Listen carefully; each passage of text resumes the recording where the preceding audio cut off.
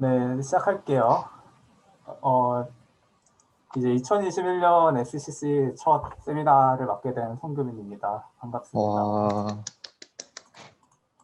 이제 오늘 제가 준비한 내용은 머신러닝이란 무엇인가라는 주제의 세션이에요.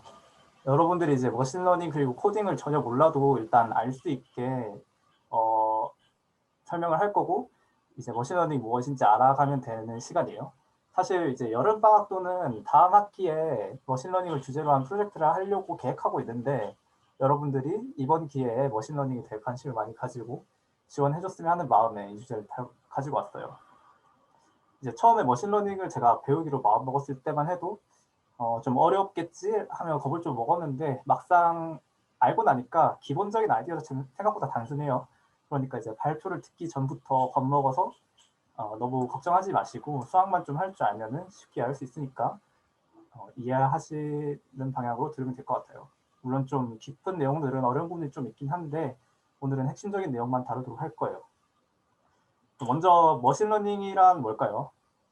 이제 위키피디아의 정의를 일단 들고 왔는데, 위키피디아에 의하면 머신러닝은 경험을 통해 자동으로 개선하는 컴퓨터 알고리즘이라고 해요.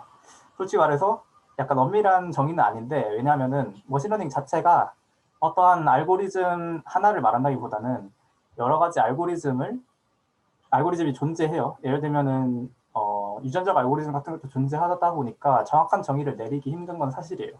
근데 이제 제가 오늘 얘기할 머신러닝에 대해서 제 식대로 정의를 내려보면은, 머신러닝은 결과를 알고 있는 학습 데이터 세트들을 통해서 학습을 하고, 이 학습을 기반으로 해 새로운 데이터가 들어오면은 그 결과를 도출해낼 수 있는 컴퓨터 알고리즘이라고 정의를 하도록 할게요. 예를 하나 드릴게요. 그리고 발표 중에 질문 있으면 바로 질문해 주셔도 돼요. 이렇게 강아지 사진들과 고양이 사진들이 있어요. 얘들이 학습 데이터 셋이라 보시면 되고, 얘들에 대한 정답을 저희가 알려줘요. 기계한테 이거는 고양이고 이거는 강아지라고 알려주기만 하면 이제 컴퓨터가 머신러닝 알고리즘을 통해서 학습을 하게 될 거예요. 그러면 이제 새로운 고양이 사진을 보여줘요. 그러면은 얘가 학습을 했기 때문에 얘가 고양이다라고 말할 수 있는 거를 저희는 머신러닝이라고 해요.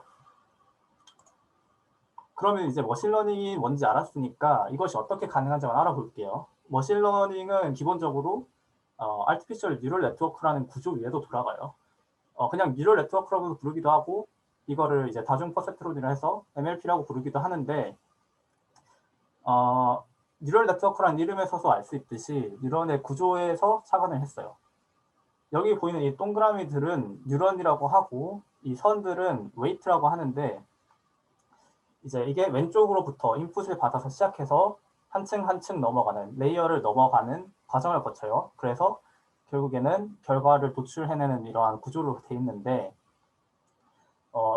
앞에 레이어에서 뒤로 넘어갈 때 이 앞에 값은 해당 이전에 있는 뉴런의 뉴런 안에는 이제 각각의 숫자가 들어가는데, 해당되는 할당된 숫자가 있는데, 다음 레이어 뉴런은 앞에 있는 뉴런 곱하기 대응되는 웨이트를 곱한 거에 합에 바이어스라는 걸 더해요. 그냥 B는 상수인데 변할 수 있는 어떤 변수예요. 그래서 이거를 활성 함수를 씌워주게 되면은 다음 노드가 돼요.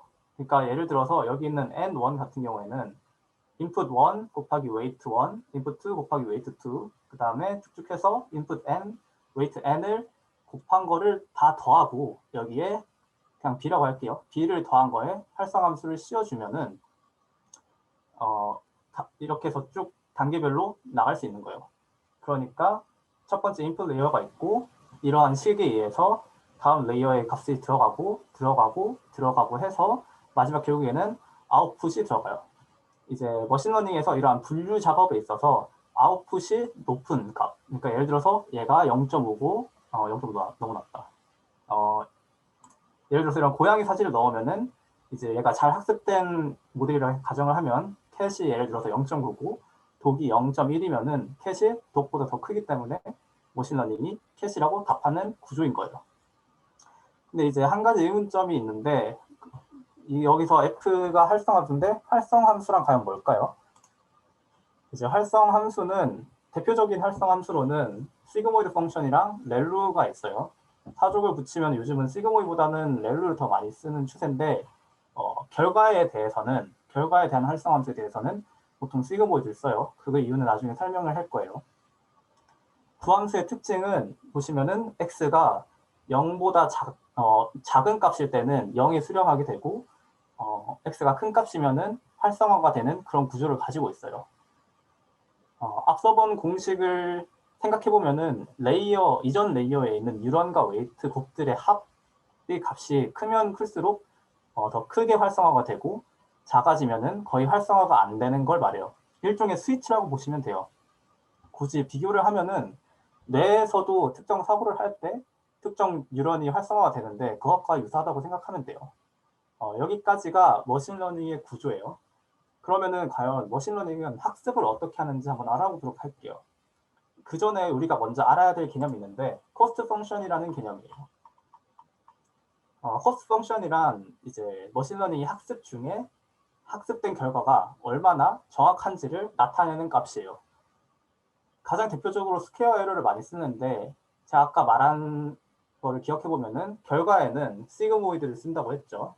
그 이유가 이러한 클래시파이 분류 문제에 있어서는 이제 참인 값은 0, 참인 값은 1, 거짓인 값은 0으로 두기 때문이에요.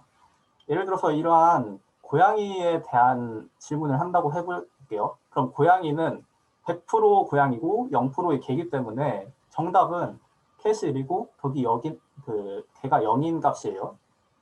근데 만약에 이 학습 중인 어떤 머신러닝이 이 사진을 보고 결과를 0.2, 0.9라고 냈어요. 그러면은 이러한 호스트의 그 수식을 통해서 얘는 0.05가 될 거예요. 이제 코스트 펑션은 결국에는 이러한 코스트들 합의 평균을 낸 거를 도출해내는 함수라고 보시면 돼요. 결국에는 코스트 펑션이 낮을수록 코스트 펑션의 값이 낮을수록 정확도가 훨씬 정확한 거예요. 그래서 결국에는 머신러닝에서의 목표는 코스트를 줄이는 게 목표예요. 근데 이제 우리가 뉴런 네트워크를 봤을 때 우리가 바꿀 수 있는 값은 웨이트밖에 없어요. 왜냐면은 인풋은 이미 정해져 있죠. 그리고 이 뒤에 있는 뉴런들은 아까 보셨듯이 웨이트에 의해서만 조정이 돼요. 그래서 결국은 이 머신러닝에서 말하는 학습은 웨이트를 조정해서 코스트를 줄여나가는 과정이라고 생각하시면 돼요.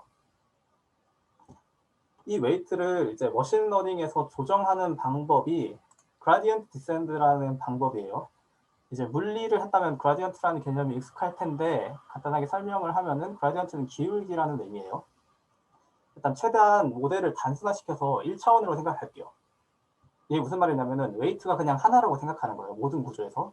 그러면은 이 웨이트가 변화함에 따라서 코스트 값이 이렇게 바뀔 수 있어요. 그거를 그냥 시각화를 해놓은 건데 결국에는 이 그라디언트의 음수 방향, 기울기의 음수 방향으로 웨이트가 움직이면은 이제 로컬 미니멈으로 가는 거예요. 여기에서 보면은 기울기가 양수니까 양수가 아닌 음수 방향으로 이 웨이트를 움직였더니 로컬 미니멈으로 가는 걸 볼 수 있죠. 그래서 이 웨이트를 그라디언트의 역수로 움직이게 하는 게 결국에는 네. 말을 한 거 아닌가요, 여긴가? 아니면 계속 할게요. 이제 그게 결국에는 학습이라고 할 수 있어요. 이제 1차원 말고 2차원으로 보면은 이렇게 처음 웨이트 값 설정이 여기로 돼 있으면은 머신러닝에서의 학습은 이 웨이트를 점점 옮겨가지고 미니멈으로 가는 과정이라고 생각하시면 돼요. 이제 이거를 차원을 계속 높여가지고 우리가 알고자 하는 웨이트 수만큼의 차원을 높이게 되면은 실제 머신러닝 학습과 동일한 모델이 될 거예요.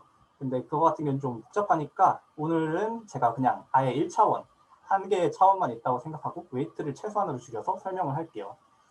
근데 그럼 이 기울기를 어떻게 구할까요? 이제 당연히 이제 이과생들이 알듯이 기울기를 구하는 방법은 미분이에요.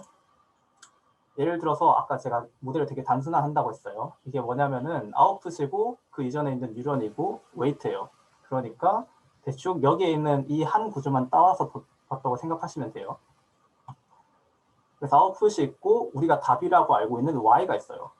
그리고 그저 이전에 있는 뮤런이 있고 웨이트가 있다고 치면은 아웃풋은 우리가 아까 살펴본 공식에 의해서 활성함수 s가 이제 시그모이드라는 뜻인데 활성함수 안에 그 뮤런 값에 웨이트를 곱하고 이제 비어스를 더하면은 이제 아웃풋이 될 거예요. 근데 내부에 있는 값이 좀 그냥 복잡하니까 Z로 치환을 했고 코스트는 이제 여기서도 스퀘어 에러를 썼는데 아웃풋 빼기 결과값 알고 있는 정답에 제곱을 한 게 코스트가 될 거예요. 이제 우리가 결국에 알고자 하는 값은 웨이트가 얼마만큼 움직일 때 코스트가 움직이냐, 즉 웨이트에 대한 코스트의 미분값을 알고 싶은 거예요. 근데 이거는 체인 룰로 인해서 이렇게 변환시킬 수 있어요. 그래서 이거를 보면은 코스트를 5로 미분을 하게 되면은 여기서 2의 5-y가 될 거고 이제 5를 z로 미분하게 되면은 시그모이드 미분값이 될 건데 시그모이드 미분은 그냥 계산을 했다고 치고 이렇게 표현을 할게요. 그리고 여기 보면은 z를 웨이트로 미분한 값은 n이 될 거예요. 그래서 우린 되게 쉽게 이 웨이트랑 코스트에 대해서 웨이트로 코스트를 미분을 해서 웨이트를 업데이트 할 수 있어요. 이 기울기의 역수만큼 웨이트를 바꿔주면 되기 때문에 웨이트를 충분히 업데이트를 할 수 있는 걸 확인했어요. 그럼 이제 이 이전의 단계도 있을 거잖아요. 그 이전의 단계를 보면은 이 이전의 단계 유런을 그냥 n 프라임이라 하고 이 이전 단계의 웨이트를 웨이트 프라임이라고 할게요. 그러면은 이 웨이트 프라임을 어떻게 업데이트 해야 되냐라는 문제예요. 여기서 보면은 이 웨이트는 아까 앞선 이런 공식에 의해서 이미 업데이트 된 상태고 이거를 마찬가지로 이제 n 프라임이 어떻게 변화되는지 보면은 마찬가지로 n은 이렇게 될 거고 z도 마찬가지로 치환이 될 거고 이거 z 프라임이에요. 코스트도 이렇게 될 거예요. 코스트는 변함이 없죠. 공식에는. 그래서 우리가 알고 싶은 거는 코스트가 이 웨이트 프라임이 변화할 때 어떻게 움직이냐가 가장 궁금해요. 왜냐하면은 이 웨이트 프라임을 업데이트 해야 되기 때문이에요. 마찬가지로 체인 룰로 이렇게 변화시킬 수 있어요. 근데 조금 다른 게 있다면은 뒤에는 아까처럼 쉽게 계산을 할 수 있는데 여기 코스트를 n으로 미분, 즉 얘로 미분을 한 값을 어떻게 찾느냐가 다른 점이에요. 근데 사실 이것들은 다 known 값이에요. 알고 있는 값인데 왜냐하면 코스트는 이거고 결국에는 n은 앞서 있는 공식에 의해서 다시 설명할게요. 코스트를 n으로 미분한 값은 마찬가지로 체인 룰로 인해서 이렇게 변환시켜 줄 수 있어요. 근데 우리는 코스트를 쉽게 아웃풋으로 미분을 할 수 있죠. 왜냐하면 이 값을 알고 있으니까. 그래서 여기 들어간 거고 마찬가지로 아웃풋도 z로 쉽게 미분을 할 수 있어요. 그리고 마지막으로 z를 n으로 미분하게 되면은 이 웨이트, 업데이트된 웨이트만 남게 돼요. 그래서 마찬가지로 웨이트 프라임도 쉽게 이 기울기 그라디언트를 구해서 업데이트를 할 수 있을 거예요. 이런 걸 우리는 역전파라고 해요. 왜 역전파냐? 그러니까 이게 순방향이잖아요. 원래는 n 프라임에서 n이 업데이트 되고 n에 의해서 아웃풋이 업데이트 되는 건데 반대로 이제 이거를 백월드로 가서 웨이트를 먼저 업데이트하고 그다음에 웨이트 프라임을 업데이트하는 방식을 저희는 역전파라고 해요.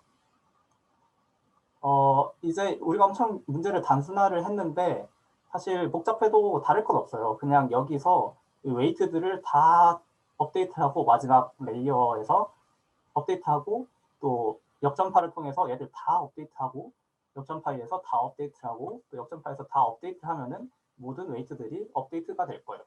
이게 학습의 과정이에요. 그러면은 이제 남은 거는 이제 여러분들이 머신러닝에 사용되는 개념들을 모두 알게 됐어요. 근데 남은 건 이제 이거를 어떻게 순서도를 짜가지고 하느냐의 문제인데 그거를 같이 한번 해볼게요. 먼저 첫 번째 과정은 웨이트를 랜덤한 값을 부여해요.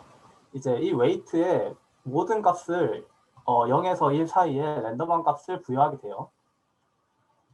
다음은 아웃풋을 계산해요. 아웃풋 계산은 아까 말한 이러한 공식을 통해서 첫 번째 인풋에서 다음 레이어의 뉴런들의 값을 다 구하고 그 다음 레이어에 이런 값을 다 더하고 해서 아웃풋을 구하게 돼요.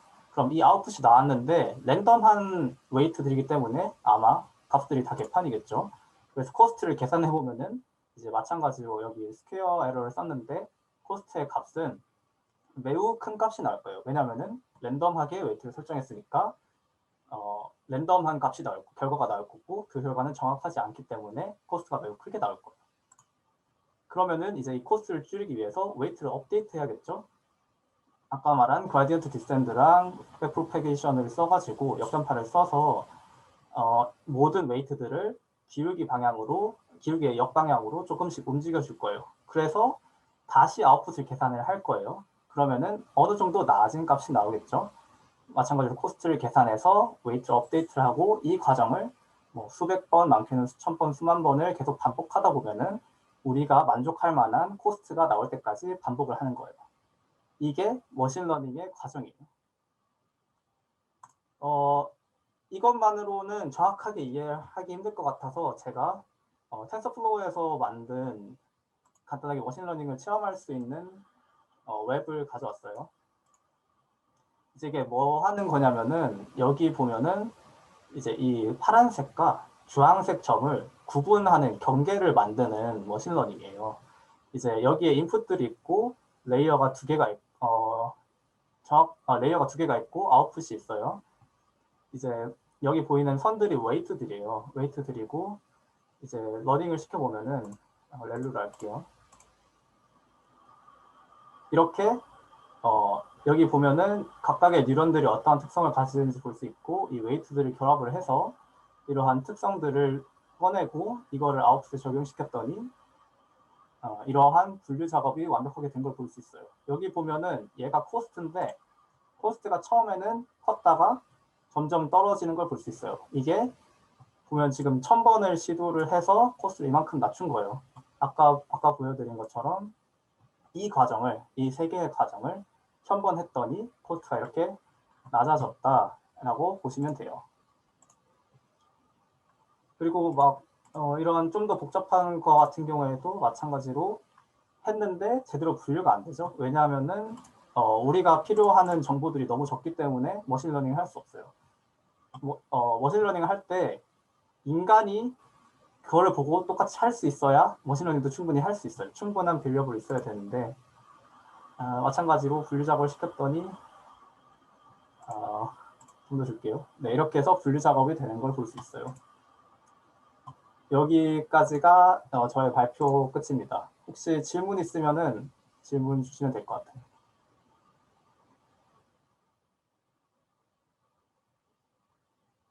그냥 정리를 좀 하자면은 이게 사실 정리이긴 한데 머신러닝을 어떻게 하는지 저희가 알게 되었고 그거에 대한 개념을 저희가 알아봤어요.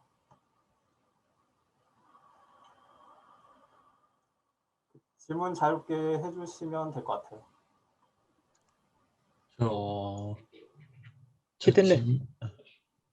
네, 질문 먼저 해주세요. 네, 저 레이어의 개수는 네, 어떻게 지정하는 건가요? 레이어의 개수는 정확히 말하면은 이 구조를 설계한 사람 마음이에요. 사실 이 구조가 대표적인 구조지 꼭 구조 이렇게 설정할 필요도 없고 이제 레이어를 많이 하면 많이 할수록 여기 보면은 이러한 특성들을 잡아내는 거예요. 레이어 결국에 뉴런에서 이 뉴런들이 특성을 잡아내서 하는 건데 결국에는 이러한 특징들이 많으면 많을수록 점점 결과가 정확해질 가능성이 높아요. 근데 대신에 이 과정을 하는 데 있어서 훨씬 더 많은 연산량이 요구되기 때문에 학습 속도는 훨씬 느릴 거예요. 그래서 이 레이어를 그냥 적당히 자기가 생각했을 때 좋은 결과가 나올 수 있는 값을 찾는 것도 머신러닝에서 한 부분이라고 생각하시면 돼요. 이 한 레이어에 몇 개의 뉴런이 들어갈지도 본인이 직접 보통은 경험을 통해서 찾아가는 거라고 생각하시면 돼요. 감사합니다.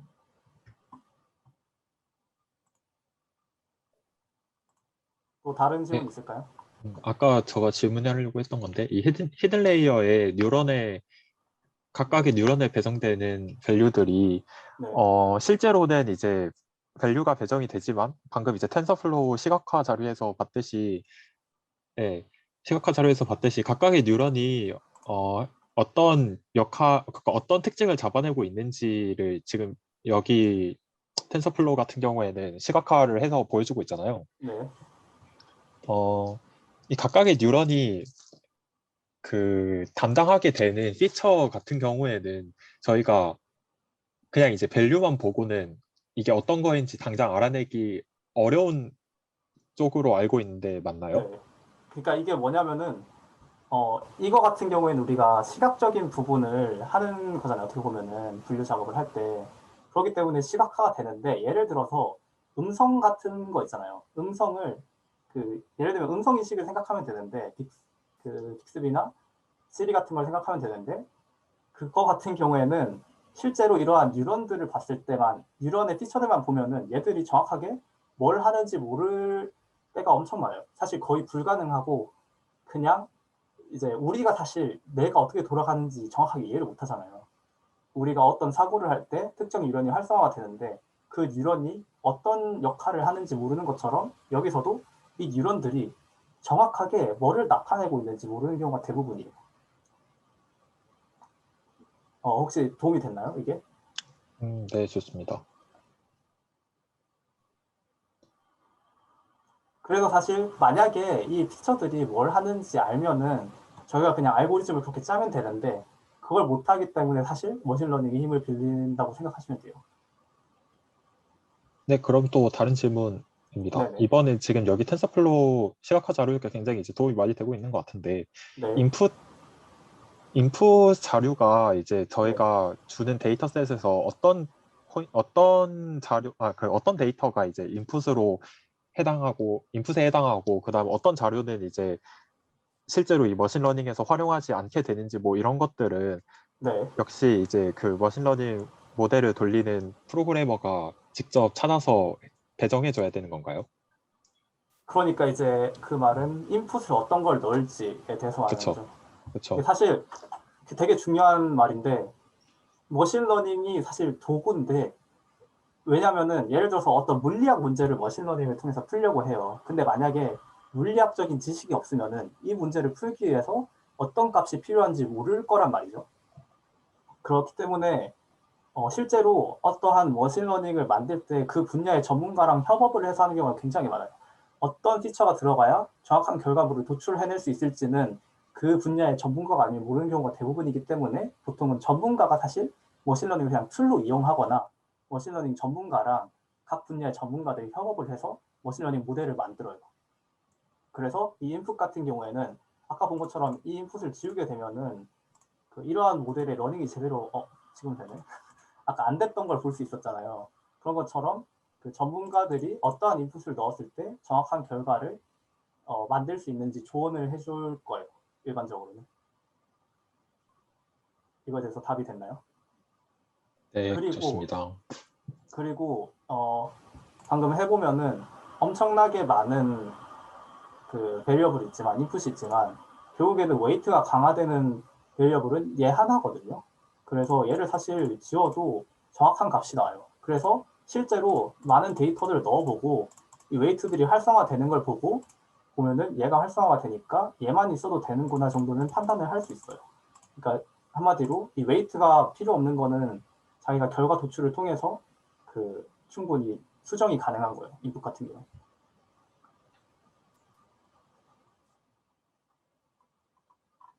또 다른 질문 있나요? 질문 최대한 많이 해주셔야 돼요. 아, 그 깜짝. 백프로피게이션이 뉴런 학습 과정을 모방해서 나온 거예요. 정확하게 말하면은 이 뉴럴 네트워크 그러니까 아까 보여드린 이 구조만 사실 뉴런을 따왔다고 생각하면 되고 실제로 뉴런이 동작하는 거를 완전히 모방했다고 보기는 힘들어요. 그래서 이 백프로피게이션 같은 경우에는 그냥 이 웨이트들을 어떻게 하면은 업데이트를 할 수 있을까 생각해서 고안해낸 알고리즘이라고 생각하시면 돼요. 그러니까 그냥 말이 뉴런 네트워크지 그냥 구조적으로만 모방을 했다고 생각해도 무방할 정도라고 생각하시면 돼요. 사실 어, 오버피팅이 됐는지 확인할 수 있는 방법. 그러니까 오버피팅이 뭐냐? 뭐냐면은 이제 이러한 데이터 세트를 줬잖아요. 근데 이 데이터 세트에 대해서만 맞는 값을 내고 새로운 데이터가 들어왔을 때 제대로 못하는 경우가 있어요. 왜 그러냐면은 그냥 얘가 이 사진들만 보고 완벽하게 이 사진이어야만 yes라고 대답하는 경우가 나올 수 있어요. 그 경우에는 이제 어떻게 처리를 하냐면은 여기도 보면은 오버피팅을 방지하기 위해서 ratio of training to test data라고 하는데 우리가 이러한 학습 데이터들을 모아요. 쭉 모아가지고 일부는 테스트용으로 놔두고 일부는 뭐라고 하지? 학습 데이터로 놔둬요. 그러니까 학습 데이터들을 넣어서 나중에 이게 잘 됐는지 테스트를 해봐요. 조금 복잡한 모델을 보면은 자 여기 보면은 얘가 이제 트레이닝 데이터고 얘가 테스트 데이터예요. 처음에는 오버피팅이 됐는데 계속해서 낮아져서 결국에는 잘 된 걸 볼 수 있는데 그래서 사실 이거는 오버피팅이 됐는지 안 됐는지를 확인하는 방법이고 오버피팅을 방지하기 위해서 러닝 레이트라는 정확하게 혹시 설명해 줄 방법 사람 있나요? 약간 개념적으로 네. 헷갈려서 그런데 방금 이제 말한 것처럼 이제 이게 오버피팅이 되는지 안 되는지 여부는 이제 트레이닝 데이터와 그리고 테스트가 아닌데 어쨌든 간에 그 테스트하는 데이터로 이렇게 나눠가지고 이제 트레이닝 데이터를 통해서 트레이닝을 한 다음에 그 다음에 테스트 데이터를 넣어가지고 걔가 이제 얼마나 답을 잘 맞히는지 여부를 테스트를 해봐요. 그래서 보통 예를 들어서 뭔가 그 러닝 레이트를 너무 많이 올렸다. 그러니까 한 번에 이제 그 웨이트를 조정하는 정도가 너무 심하다. 심하다. 저, 이런 이유로 이게 이제 오버피팅이 되는 경우도 있고요. 아니면 이제 뉴런의 개수나 이런 것들이 좀 적절하지 않아가지고 뭐 그렇게 될 수도 있는데 역시 그런 것들을 약간 이제 러닝 레이트를 그냥 어떤 레이트 하나로 고정해가지고 하지 않고 러닝 레이트를 이렇게 약간 이제 그래프처럼 조정해 가면서 이 결과들을 한번 쭉 컴퓨팅하고 그리고 그 중에서 이제 가장 효과가 좋았던 러닝 레이트를 선택해가지고 이제 그 러닝 레이트에서 또 다른 애들을 조정해보고 또 다른 애들을 조정해보고 이런 식으로 하면서 이게 오버히팅이 되지 않도록 새로 이제 모델을 계속 만들면서 가야겠죠. 조금 보완을 하자면은 정확하게는 러닝 레이트가 뭘 뜻하는 거냐면은 아까 기울기를 구해서 기울기 역수로 이동한다 했잖아요. 근데 그게 얼만큼 갈지를 결정하는 거예요. 예를 들어서 처음에 웨이트가 여기였으면은 기울기가 크게 되면은 이제 많이 가겠죠. 근데 러닝 레이트가 작으면 작게 가요. 그래서 약간 정정을 하면은 러닝 레이트가 작을수록 오버피팅이 될 가능성이 높아요. 왜냐면은 예를 들어서 여기에서 시작했으면은 러닝 레이트가 작으면 쫓아내 이동해가지고 여기에 로컬 미니멈 갈 거예요. 우리가 원하는 건 글로벌 미니멈에 가까운 값인데 사실 이거 같은 경우에는 되게 단순한데 예를 들어서 되게 울퉁불퉁한 이러한 그 코스트가 있다고 생각하면은 러닝 레이트가 너무 높으면은 가다가 여기에 그냥 오버피팅이 될 수도 있어요. 그래서 보통은 러닝 레이트가 높을수록 오버피팅이 되는데 러닝 레이트를 낮추면은 얘가 여기 왔다가 갔다가 하면서 최대한 글로벌 미니멈을 잘 찾아가는 수가 있어요. 그래서 사실 러닝 레이트가 너무 높아버리면은 얘가 여기에 수렴하지 못하고 계속 움직이게 되는데 러닝 레이트를 적당한 값을 찾게 되면은 얘가 충분히 글로벌 미니멈에 가깝게 도달할 수 있게 돼요. 이제 이런 게 물론 오버피팅을 고칠 수 있는 방법 중 하나예요. 물론 당장 러닝 레이트뿐만 아니라 아예 이제 방법을 지금 이제 소개한 거는 사실 머신러닝이라고 하기보다는 약간 뉴럴 네트워크 방식에 약간 국한된 거라고 약간 얘기를 드리고 싶고 사실 이제 머신러닝을 하는데 방법은 굉장히 많아요. 앞에서 설명했지만 머신러닝이라는 게 하나의 딱 그 알고리즘만을 선택해가지고 부르는 게 아니기 때문에 예를 들어서 뭐 잘 알려진 강화학습 그리고 저희 지난번에 발표할 때 나왔던 볼츠만 머신 이런 애들도 약간 지금 말한 거하고는 또 방식이 다르거든요. 이제 그런 애들이 각자 갖고 있는 특성이 다르기 때문에 이제 지금 방금 보셨던 이런 울퉁불퉁한 이 옵티마이제이션 커브에서 이제 글로벌 옵티마를 찾아가는 과정이 이제 여기서 그 그라디언트 디센트뿐만 아니라 약간 이제 힐이 있으면 이렇게 막 약간 중간에 그 저희 약간 왜 저거 양자 터널링 이런 거 하는 것처럼 왜 그 글로벌 미니화로 가는 길을 막는 애들 있잖아요. 걔네들을 이제 넘어가는 방법 이런 것들에 대해서도 연구가 많이 이루어지고 있기 때문에 여러분들 많이 관심 가져주시면 좋을 것 같습니다. 그러니까 이제 제가 소개해준 방법은 어떻게 보면 가장 대표적이고 가장 단순한 모델이라고 생각하시면 되고, 이제 혼합돼서 사용되는 경우도 있고 어, 이러한 모델과 혼합해서 사용하는 경우도 있고 다양한 방법이 있으니까 이거에 대해서 관심이 있다면은 다음 프로젝트에 참여하시면 될 것 같습니다. 저 질문 하나 더 있는데요. 네, 그 아까 오버피팅을 이제 좀 보완하는 방법은 잘 이해를 했는데 네. 그러면은 그 오버피팅 됐는지 확인하는 거는 그 다른 테스트 데이터를 미리 준비를 해놓고 그거를 대입시켜갖고 뭐라 그래야지 문제를 풀어보게 시킨다고 해야 되나? 그런 네, 방법이 그러니까 이제 최선인가요? 보통은 그렇게 해서 하긴 하는 방법이 대표적이고 다른 방법이 있는지 저 정확히 모르겠어요. 이제 나도 잘 모르겠어요. 네, 이게 특성이 알겠습니다. 있는데, 그러니까 오버피팅 되는 데이터에 약간 특징이 있는데 로스가 내려가다가 막 튀는 형태를 좀 띠기도 해요. 그래서 사실 그 코스트의 추세라 해야 되나? 그러니까 코스트가 FOC에 따라서 그 어떻게 변하는지를 보고도 어느 정도 파악은 할 수 있긴 해요. 알겠습니다. 감사합니다. 혹시 뭐 다른 분들 질문 더 있으신가요? 질문 많이 해주셔야 돼요. 어, 진짜 단순한 질문이라도 괜찮으니까 자유롭게 해주셨어요.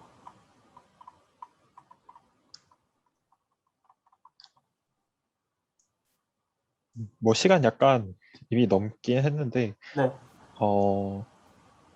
저거 뭐냐?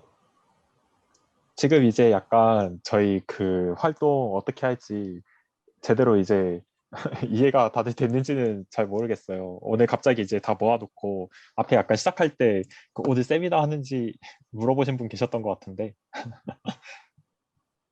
네, 그러니까 저희가 이제 아까 한 것처럼 앞에 프로젝트가 있으면 같이 프로젝트를 하고 7시부터 이렇게 한두 명이서 세미나를 할 거예요. 이제 다음 주 같은 경우에는 교수님이 이제 세미나를 하시고 그 다음 주에는 이제 여러분들이 대충 어떤 세미나가 어떻게 진행되고 어떠한 주제들이 있는지 대충 파악을 하시고 그때 주제를 결정하고 시간을 배정할 거거든요. 그래서 오늘 하시는 걸 보고 그 자기가 이제 어떤 게 관심이 있으니까 이런 거를 세미나 하면 괜찮겠다라고 하는 거를 대충 생각해 보시면 될 것 같아요. 2주 뒤에.